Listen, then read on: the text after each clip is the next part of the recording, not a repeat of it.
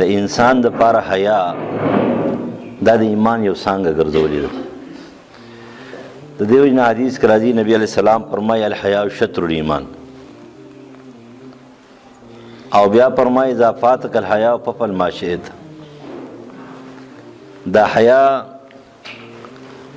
دا د ایمان څانګه ده. بل حدیث د مسند احمد کې راځي الحیاء خیر کله، حیا چې کومه ده دا ټول خیر خیر ده. او حیا ایمان ته وایي. او بیا فرمایي چې د چا حیا د سترګو نه وځي او پرده ماته کي، نو دی چې بیا صوم کوي نو د لپاره بس اجازت دی هغه دی کوي، یعنی دی بیا شرعي لحاظ سره، فطري لحاظ سره، طبعي لحاظ سره، په هره طریقه باندې دی هر کار کول دته اساني د ګناه او د نیکۍ کار ورته ګراني.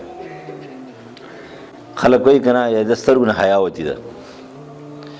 لہذا لباس او جامې الله پیدا کړي دي د دې مقصد اولی عورت پټول دي، پرده.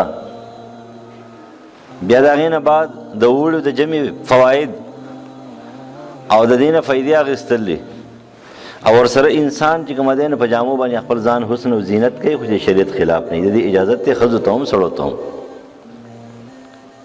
د دې لپاره الله پیدا کړي دي وریشن، خو مقصود پر ټولو خبرو کې لباس التقوا دی، د الله اطاعت دی، د الله حکم منل دی.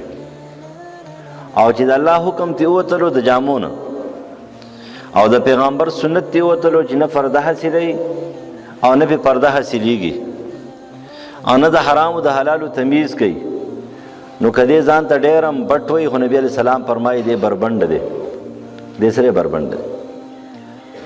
او د هغې ښځو په باره کې نبي علیه السلام فرمایي چې لعنت ته په هغې ښځو باندې چې هغه څه دي کاسیات عاریات، جامې اغوستلې دي خو شریعت مطابق نه دي.